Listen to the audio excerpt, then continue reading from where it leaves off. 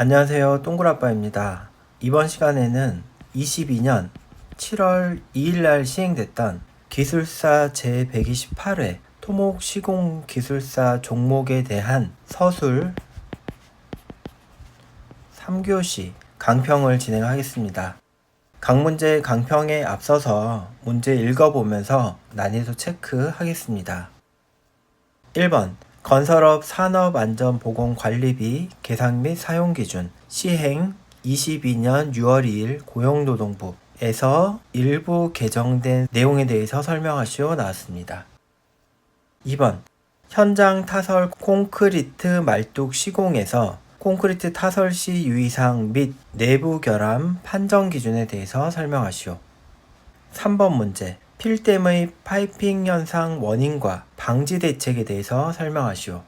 4번 도로 현장의 노체에 암버럭을 활용하여 성토시 다짐 방법과 다짐도 평가 방법을 제시하고 시공 시 유의사항에 대해서 설명하시오. 5번 사장교의 이점 및 가설공법의 종류에 대해서 설명하시오. 마지막 6번 말뚝 공법 중에서 RCD 리버스 서큘레이션 드릴 공법의 장단점 및 시공시 유의사항에 대해서 설명하시오. 문제 나왔습니다. 이어서는 1번부터 각 문제 강평 진행하겠습니다.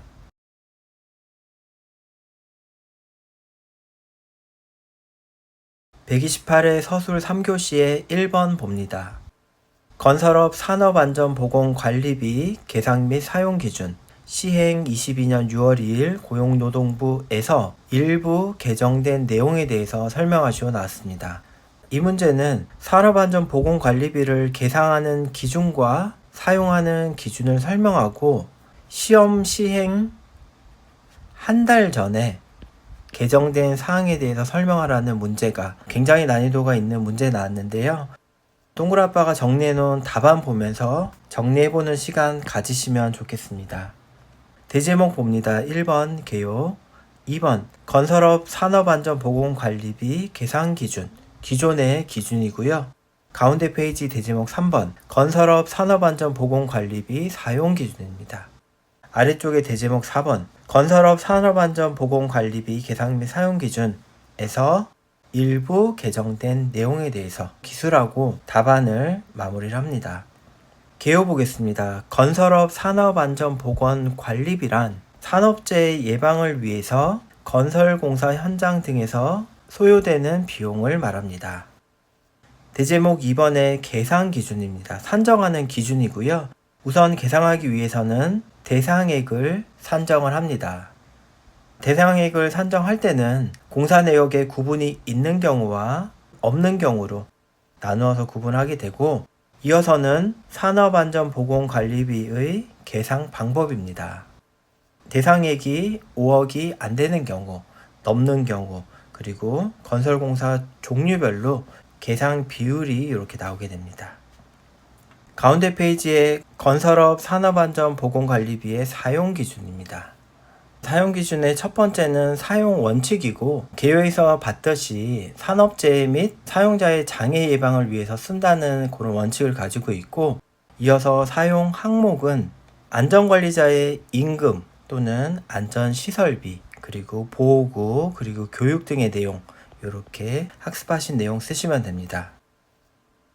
이어서 대제목 4번은 계상 및 사용기준에서 일부 개정된 사항 문제가 나왔습니다. 첫 번째는 우선 개정 이유를 쓰고요. 그리고 다음 페이지에 두 번째는 산업안전보건관리비의 사용성 확대 내용 요약, 변경된 사항에 대한 요약 내용이라고 보시면 됩니다. 개정 이유 보겠습니다.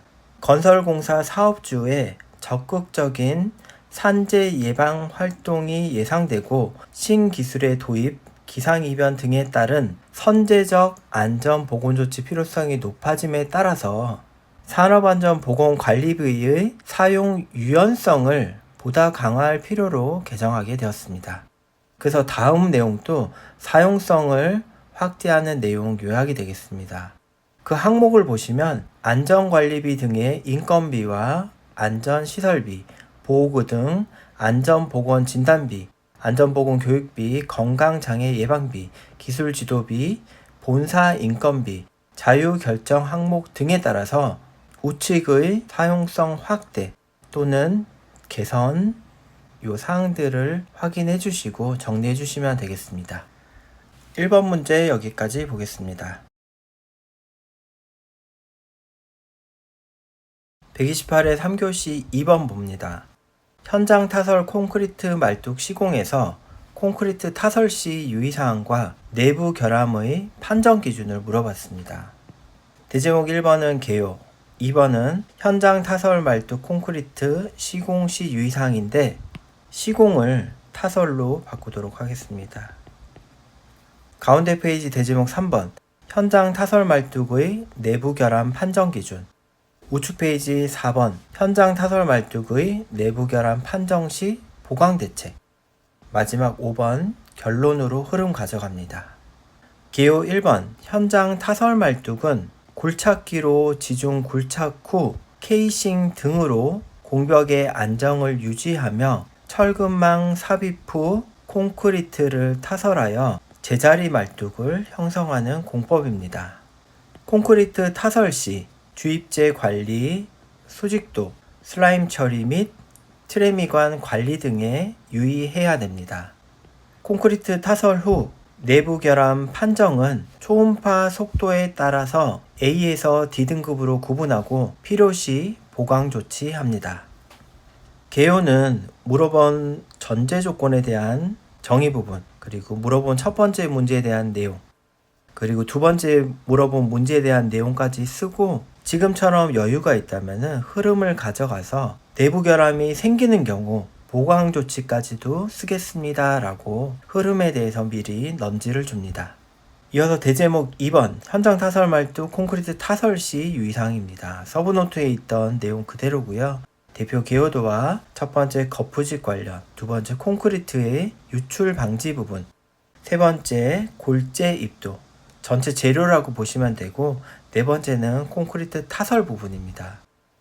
문제에서 콘크리트 타설에 대해서 물어봤기 때문에 콘크리트 타설 부분은 서브노트에서 가져오되 비중을 이렇게 늘린 걸 확인해 주셔야 되겠습니다.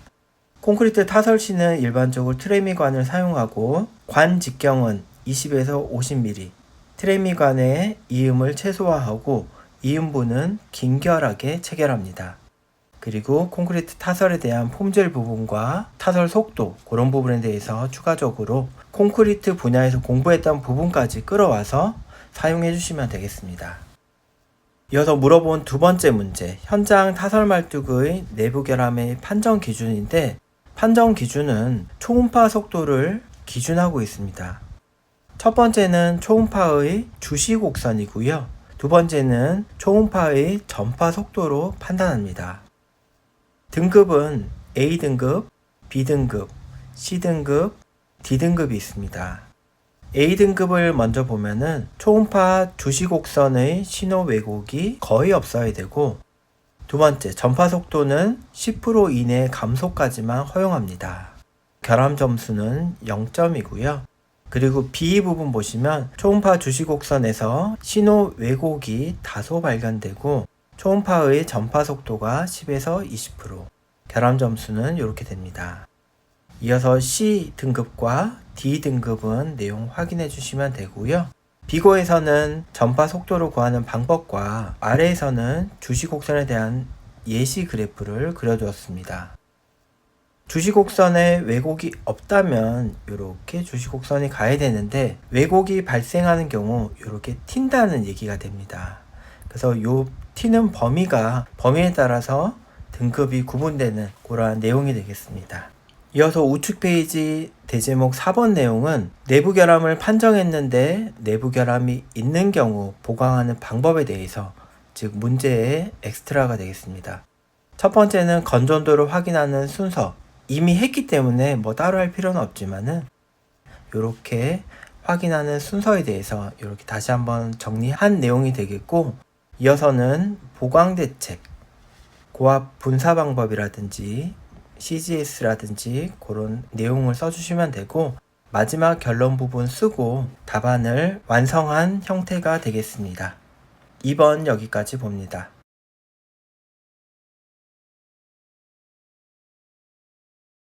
서술 3교시의 3번 봅니다. 필댐에서 파이핑 현상의 원인과 방지 대책입니다. 대제목 1번은 개요, 2번은 필댐의 대표적 개요도 및 구조별 역할. 가운데 페이지 대제목 3번은 필댐의 파이핑 현상 원인과 방지 대책으로 물어본 두 문제를 중제목화해서 기술합니다. 중제목 1은 파이핑 현상의 원인, 우측 페이지 중제목 2번은 파이핑 현상의 방지 대책, 그리고 아래쪽에 결론 쓰고 흐름 가져갑니다. 개요 부분 확인해 주시면 되고, 대제목 2번의 개요도와 구조별 역할에 대해서 이렇게 엑스트라를 가져가는 형태를 취했습니다. 이어서 가운데 페이지 원인과 방지 대책으로 대제목을 잡고, 대표 개요도는 좌측의 원인, 우측에는 대책으로 이렇게 그려줍니다. 그리고 중제목 1번은 원인, 원인은 크게 제체 원인과 기초 집안 원인으로 이렇게 정리한 답안 형태가 되고, 우측 페이지의 방지 대책 역시도 제체 대책과 기초 집안 대책이 있고, 가장 중요한 구조부인 필터층에 대한 설계 기준을 쓰고 마지막 결론을 쓰고 답안을 완성한 형태가 되겠습니다. 3번 문제와 같이 아주 일반적인 문제는 동굴아빠가 제시하는 모범 답안이 점수가 잘 나오는 모범 답안 형태가 아닐 수가 있습니다. 요럴 때는 동굴아빠는 요렇게 엑스트라도 가져가고 답안을 요렇게 기술하는구나 참고를 해보시고요. 본인만의 무기를 이렇게 플러스 알파 해주시면 더욱 좋겠습니다. 3번 문제 여기까지 봅니다. 128회 서술 3교시의 4번 봅니다. 도로 현장의 노체에 암버럭을 활용하여 성토시 다짐 방법, 다짐도 평가 방법, 시공시 유의사항에 대해서 물어봤습니다. 1번은 개요, 2번은 도로 암성토 기준 및 시공시 유의사항. 가운데 페이지 대제목 3번 도로 암성토 시 다짐 방법, 우측 페이지의 대제목 4번 도로 암성토 시 다짐도 평가 방법. 5번 결론을 쓰고 마무리했습니다. 우선 문제 다시 한번 보겠습니다. 물어본 문제는 세 문제입니다. 성토시 다짐 방법과 다짐도를 평가하는 방법, 그리고 시공시 유의사항에 대해서 물어봤습니다. 대제목을 확인했겠지만은 동굴아빠는 시공시 유의사항을 먼저 쓰고 성토시 다짐 방법과 다짐도 평가 방법을 썼습니다. 왜냐하면 동굴아빠는 대표적인 개요도와 시공시 유의사항을 먼저 쓰고 그 안에 포함된 내용인 다짐 방법과 다짐한 이후의 평가 방법을 써야 되겠다 이렇게 생각하고 대제목을 잡았는데, 강평을 최종 마무리를 하면서 보니까 순서를 바꾸기보다는 출제자가 물어본 순번대로 가는 게 좋겠다 라고 결론을 내렸기 때문에 대제목 순서를 조금 수정하도록 하겠습니다. 우선 대제목 2번 성토 기준 및 시공시 유의사항은 대제목 4번으로 가고요. 가운데 페이지 다짐 방법은 대제목 2번. 자, 대제목 2번입니다. 그리고 우측 페이지의 다짐도 평가 방법은 대제목 3번으로 이렇게 수정해서 바뀐 대제목 순서대로 내용을 살펴보도록 하겠습니다. 개요 1번. 암 성토는 절토부 또는 터널 구간에서 발생되는 암을 이용하여 노체 이하의 성토 재료로 활용 가능합니다. 도로 암 성토 다짐 시 다짐 장비의 무게, 속도 등을 준수하고 다짐도의 평가는 평판 제하 시험 결과 등을 이용합니다. 암 성토 시공 시 암 쌓기의 간격, 위치, 다짐 조건, 사면 처리 등 시방 기준을 준수하여 시공하도록 합니다. 이어서는 가운데 페이지의 대제목 2번, 바뀐 대제목 2번의 다짐 방법 보겠습니다. 다짐 장비부터 봅니다. 다짐 롤러의 폭은 1.8m 이상이어야 되고 장비의 무게는 10톤 이상, 그리고 다짐 속도와 다짐 진동수에 대해서 충분히 써줍니다. 다짐 방법 두 번째는 다짐 시 유의사항이고요. 정지 상태에서 진동 금지, 1층 포설후 8회 이상 진동 다짐 등의 내용을 써줍니다. 이어서 우측 페이지의 대제목 3번 다짐도 평가 방법인데 설계 기준에 나와 있는 표를 그대로 가져왔기 때문에 지금 필요 없는 부분, 흙쌓기라든지 노상 부분도 나와 있습니다. 우리는 노체 부분의 암버럭 쌓기 부분을 확인하면 됩니다. 1층 다짐 완료 후 두께는 600mm, 그리고 물어본 문제, 다짐도를 확인하는 부분은 바로 이 부분이 되겠습니다. 평판 제하 시험에 대해서 제하 시험을 실시해서 확인하는데 아스팔트 포장과 시멘트 포장을 구분하긴 하지만 실질적으로 치마량과 지지력 계수는 동일한 값을 가집니다. 이 부분을 써주시면 물어본 문제에 대한 답을 정확하게 썼다라고 볼 수 있겠습니다. 이어서 아랫부분은 지지력 계수와 관련된 부분, 그리고 평판 제하 시험을 실시하지 않는 경우에 대한 내용을 적어줍니다. 이어서 첫 번째 페이지, 암 성토의 기준과 시공 시 유의사항을 보겠습니다. 대표 개요도, 암 성토에 대한 대표 개요도를 이렇게 그려주고, 대표 개요도에는 이렇게 최대 입경 부분과 암 쌓기 금지 부분에 대해서 치수까지도 사용하고, 장비는 굳이 대형이라고 이렇게 써줍니다. 자, 기술된 내용 위주로 보도록 하겠습니다. 우측 페이지의 3번, 최대 치수는 600mm 이하.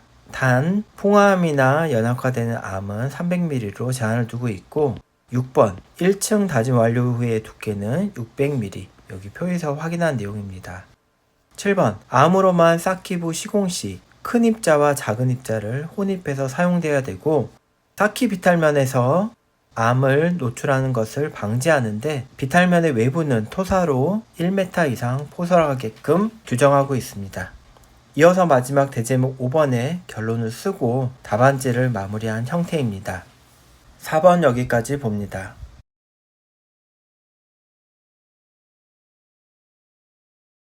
(128회) 서술 3교시의 5번 봅니다. 사장교의 이점 및 가설공법의 종류입니다. 대제목 1번은 개요, 2번은 사장교의 이점과 단점, 가운데 페이지 3번 사장교의 가설 공법, 가설 방법이라고 했는데 이 부분 가설 공법으로 바꾸도록 하겠습니다. 마지막 페이지 대제목 4번 사장교의 계측 모니터링 시스템, 마지막 5번 결론입니다. 개요 1번 사장교는 소정의 위치에 주탑을 세우고 주형에 짧은 간격으로 배치한 케이블을 매달아 연결한 교량 형식입니다. 사장교는 장대교가 가능하고 미간이 우수하며 겉어의 높이를 낮게 할 수 있는 등 이점을 가지고 있습니다. 사장교의 가설 공법으로는 스테이징 메서드, 그리고 푸시아웃 메서드와 캔틸레버 메서드 등이 있습니다. 대제목 2번의 사장교의 이점이고 반대되는 단점까지 같이 써줍니다. 사장교의 이점 확인해 보시고요. 이어서 사장교의 단점 역시 써줍니다. 가운데 페이지에 물어본 두 번째 가설 공법과 관련된 부분입니다. 스테이징 메서드 내용과 개요도 참고해 보시면 되고요. 두 번째 푸시아웃 메서드 내용과 개요도 확인해 주시고, 세 번째 캔틸레버 메서드 내용과 개요도 이렇게 정리한 답안 형태가 됩니다. 이어서 우측 페이지 4번 계측 관리 시스템인데 사장교나 현수교는 특히 계측이 중요하기 때문에 계측으로 엑스트라를 가져갔구나 라고 보시면 됩니다. 대표 개요도에 공개한 부분 내용 중에 일부를 보면은 풍향계, 풍속계, 온도계, 가속도계, 그리고 지진계, 쇄골 센서, 치마계, 유량계, 경사계, 변형률계 등이 있고 사장교의 주요 구조를 구분해 놓았습니다. 주탑과 케이블, 그리고 주형 또는 데크 슬랍으로 이렇게 표현을 했고, 자, 이 부분은 교대가 되겠죠. 그래서 계측 모니터링 시스템은 정적 계측 항목과 동적 계측 항목으로 구분되고 요러요러한 사항에 대해서 실시합니다. 그리고 이어서 마지막 결론을 쓰고 답안을 마무리한 형태가 되겠습니다.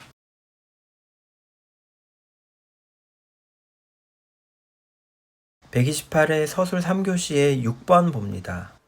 말뚝 공법 중 RCD 공법의 장단점 및 시공시 주의사항 물어봤습니다. 대제목 1번은 개요, 2번은 RCD 공법의 장단점, 가운데 페이지 3번은 RCD 공법 시공시 주의사항, 우측 페이지 5번은 RCD 공법 시공 후 품질 관리인데 대제목을 4번으로 수정하도록 하겠습니다. 아래 대제목 5번은 결론으로 흐름 가져갑니다. 개요 1번 보겠습니다. RCD로 집안을 회전 굴착하고 정수압으로 공내 안정을 유지하면서 지지지반까지 관입한 후에 철근망 삽입 및 콘크리트 타설하여 현장 타설 말뚝을 형성하는 공법입니다. RCD 공법은 수상 시공이 가능하고 시공 속도가 빠르고 적용 집안의 제한이 작은 등의 장단점이 있습니다. 3번 RCD 공법 시공 시 공벽 안정, 슬라임 처리, 콘크리트 품질 관리, 건전도 등을 주의해서 시공합니다. 대제목 2번의 물어본 첫 번째 장단점이고 RCD 공법의 공법 개요도와 장점과 단점을 이렇게 표 형태로 비교해 보았습니다. 가운데 페이지 시공시 유의사항이고요. 대표 개요도 나오고 관련 내용 나옵니다. 공개된 내용 5번 피압수 및 지하수위 관리, 6번은 공벽 안정, 7번은 콘크리트 품질 관리, 8번은 공해 민원 관리, 9번은 규격 관리, 10번은 집안 조사 이렇게 나옵니다. 동그라빠의 서브노트를 구매하신 분들은 알겠지만은 각 문제 특성에 따라서 기본 내용을 조금씩 변형하거나 추가하거나 이렇게 하고 있다는 거 체크해 가시면 좋겠습니다. 특히 수험자분들께서 잘 아시는 부분을 플러스 알파로 챙겨 두었다가 시험 시 활용하시면 더욱 좋겠습니다. 우측 페이지 4번 RCD 공법 시공 후의 품질 관리입니다. 현장 타설 말뚝이기 때문에 건전도와 관련된 부분 엑스트라로 가져갑니다. 현장 타설 말뚝의 건전도 관리 방법, 비파괴 시험과 코어 보링에 의한 방법, 재하 시험에 의한 지지력 판단 방법까지 학습했던 내용을 검축공, 미사용, 개요도, 핵심 내용, 그리고 코어 보링에 의한 부분, 재하 시험에 의한 지지력 판단 부분까지도 적어줍니다. 그리고 5번 결론을 쓰고 답안을 마무리한 형태가 되겠습니다. 여기까지 128회 서술 3교시에 대한 강평을 마치겠습니다. 수고하셨습니다.